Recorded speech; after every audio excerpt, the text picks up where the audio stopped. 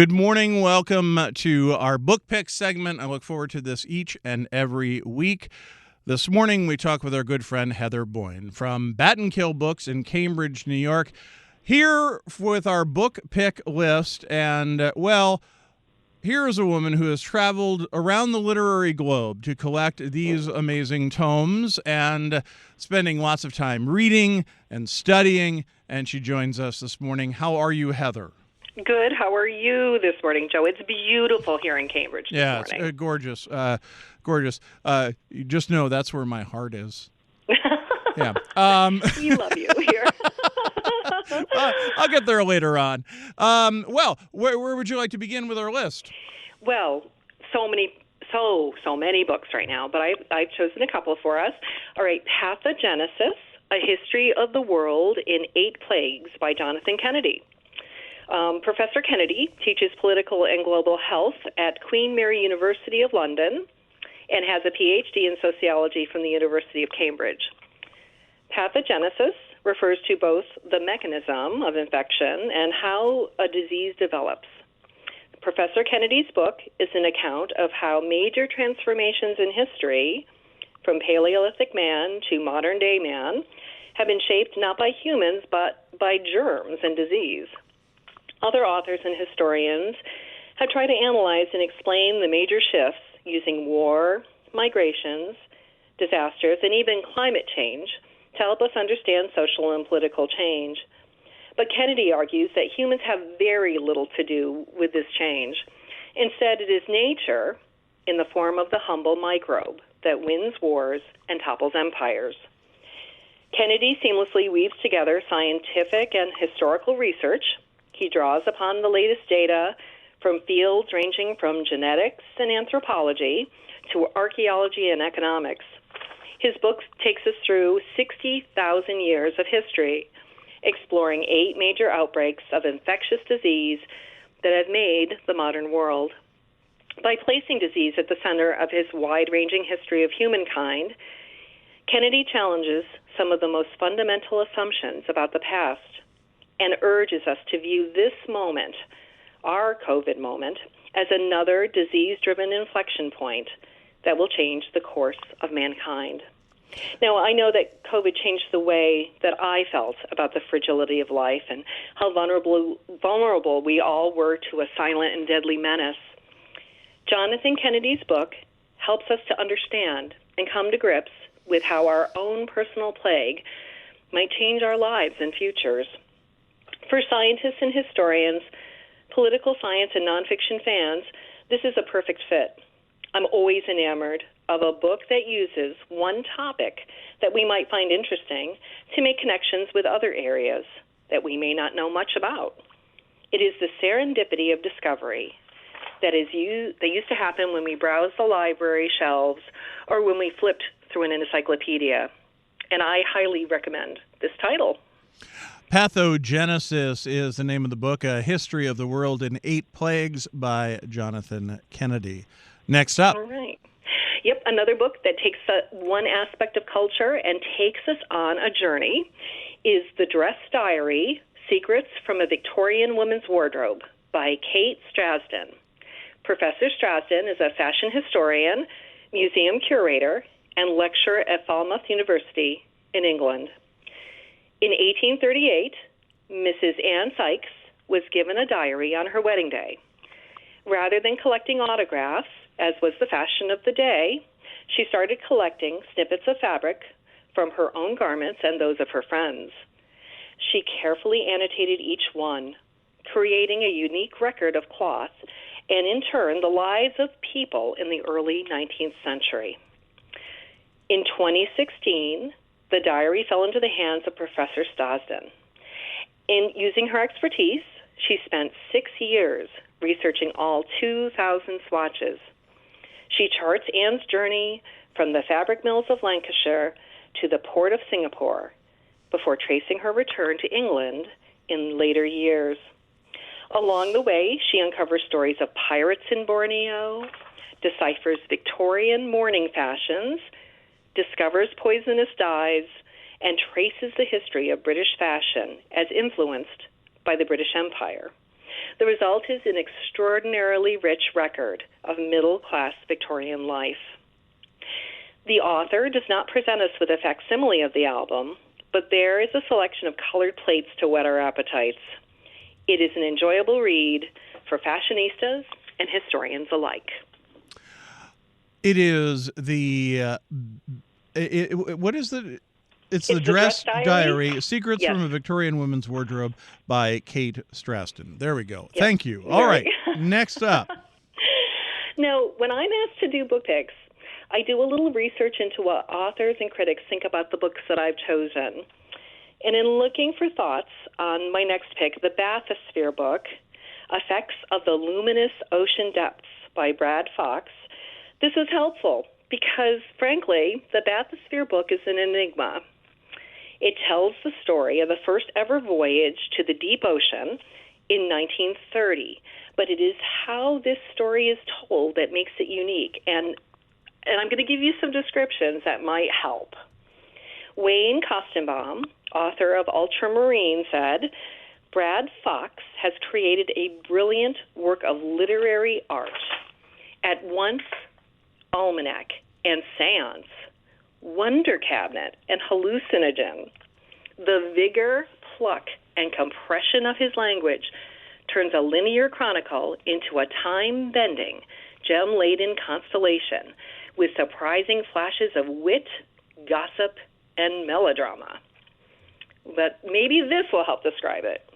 Helen Gordon, author of Notes from Deep Time, said, in Brad Fox's retelling of the life work of an explorer scientist becomes a thing of rich poetry, strange imaginings, and otherworldly beauty, a wondrous, mesmerizing collage of a book, one that celebrates the natural world while pushing up against the tantalizing limits of human knowledge and perception. And if that doesn't describe it, how about this? Brad Fox has produced an impressionistic work of art depicting one of the greatest moments of discovery in human history. Fashioned from short, nimble verbal strokes, this gem of a book provides tantalizing glimpses of deep-sea life, along with insights into the lives of William Beebe and his team of explorers. Now, I have never read a description of a book as a seance, a wonder cabinet, a hallucinogen, but I believe that all of these descriptions actually fit. It's a collage, an impressionistic work of art with its beautiful illustrations and diagrams. It's poetic with its staccato storytelling and titled entries. It's an almanac with its scientific numbers and data and documentation of a pioneering journey. With its scientific numbers and dramatic story about people who dared to venture 3,000 feet into the ocean in a 4.5-foot steel ball and record what they saw and experienced. You will marvel at their bravery and become engrossed by their discoveries. The Bathysphere book, Effects of the Luminous Ocean Depths by Brad Fox. All right, next up. All right. There are so many delightful children's books out right now, and I'd like to highlight two this week that use an innovative fold-out format. The first is We Are Starlings, Inside the Mesmerizing Magic of a Murmuration. It is by Robert Furrow and Donna Jo Napoli, with illustrations by Mark Martin. Starling Murmurations. It sounds like a song, doesn't it? Starlings are small to medium-sized birds. Or a heart condition. Yes. But starlings are, they have a short tail and a pointed head and glossy black feathers. And in large numbers, starlings can create a murmuration when huge groups of these birds gather, moving in one large mass across the sky. They don't simply fly in a flock. They twist and turn into all different shapes during this sky show. Experts aren't exactly sure how, but a murmuration forms when one starling copies the behavior of its 7 neighbors, and so on and so on. These murmurations help protect them from predators like the falcon, and this is exactly what happens in this story. But this book is more than just a predator and prey tale. The story highlights how the birds fly together as a celebration of their oneness. We relax on the warmth of so many hearts beating together. The watercolor illustrations are stunning. As the reader flips the pages, they are shown more and more birds making up the flock and culminating in a crescendo.